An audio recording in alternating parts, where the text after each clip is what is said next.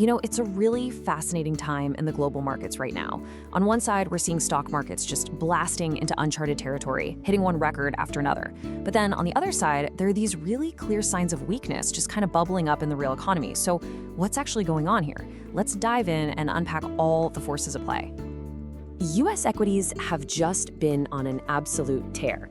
The S&P 500, which is a huge benchmark for the US economy, just completely smashed through its old ceilings to set a brand new all-time high.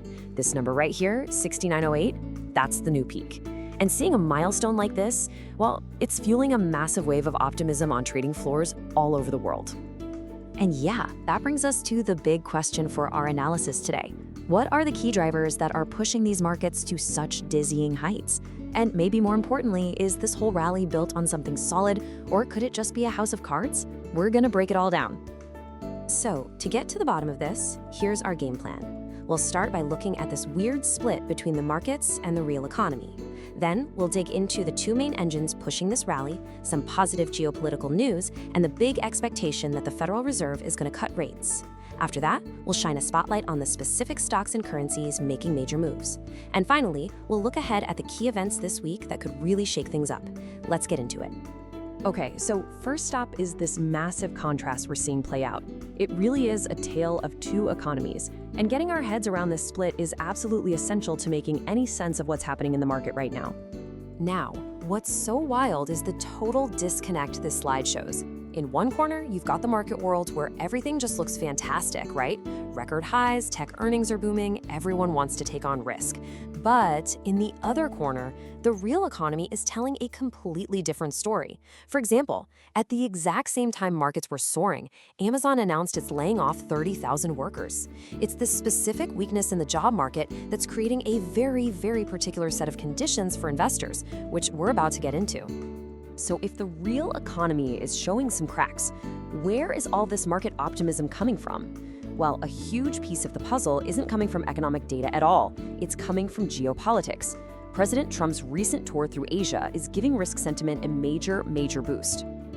The real highlight of this tour was the first ever face-to-face meeting between President Trump and Japan's new Prime Minister, Sanae Takaichi. The whole tone was just incredibly positive. Trump was praising the new administration and really hammered home the strength of the alliance with this powerful statement. This has gone a long way in calming down investor nerves about any potential trade fights. And this wasn't just a photo op. The meeting led to several very real agreements that point to a much deeper economic and strategic partnership. We're talking about a massive $550 billion investment fund from Japan pouring into the US, plus critical cooperation on everything from rare earth minerals to counter China's dominance, all the way to strategic tech like AI. This, along with some rising hopes for a better US-China trade relationship, is exactly the kind of news investors absolutely love to hear.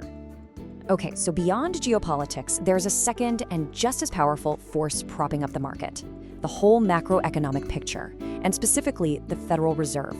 The widespread belief is that the Fed is about to make money a whole lot cheaper. As this chart makes pretty clear, the market has all but guaranteed a 25 basis point rate cut at the Fed's next meeting. The probability is incredibly high. And this kind of monetary easing, making it cheaper to borrow money, is almost always a powerful tailwind for stock prices, because it encourages companies to invest and spend. And we can see this optimism playing out in individual stocks. Take Qualcomm, for example. Its shares surged by this much, over 11%, after it pulled the curtain back on new AI chips designed to challenge NVIDIA. This is the exact kind of high-growth story that just thrives when interest rates are low. Cheaper borrowing costs make it way easier for these companies to pour money into innovation and expansion. But here's the crucial link, and it brings us right back to that tale of two economies we talked about. Why does the Fed even have the breathing room to cut rates? It's because of numbers like this one, those 30,000 layoffs announced by Amazon. This cooling off in the labor market basically gives the Fed a green light. With signs the job market is weakening, the Fed can focus on cutting rates to boost the economy without having to worry too much about causing more inflation. So in this kind of strange, topsy-turvy way, bad news for the labor market is being seen as great news for the stock market. It's a really delicate balancing act, and it's one of the key things driving this entire rally. All right, so with those big geopolitical and macroeconomic drivers in mind, Let's zoom in a bit and see exactly where the action is happening across different parts of the market. So here in the US, the major indexes are pretty much holding steady at these new record levels. As we can see, after that huge push, the S&P 500 is flat, while futures for the Dow and Nasdaq are pointing to a stable, slightly positive open. The market is basically just catching its breath and consolidating those historic gains. And this good vibe, it's not just a US thing. In Japan, that Trump Takaichi meeting we talked about was the catalyst that launched the Nikkei index past this massive psychological number, 50,000 points, for the first time in history. It's a perfect illustration of the direct market impact of that renewed alliance. Okay, let's switch gears to the currency markets, specifically the US dollar versus the Japanese yen. The exchange rate we're seeing here, hovering around 152.7, means the yen is extremely weak. Now, this weakness is great for Japanese exporters, and it's been a huge reason for the Nikkei's incredible rally. But it's also starting to become a bit politically sensitive issue. But while the yen is weak right now, some of the really big players see a dramatic change on the horizon.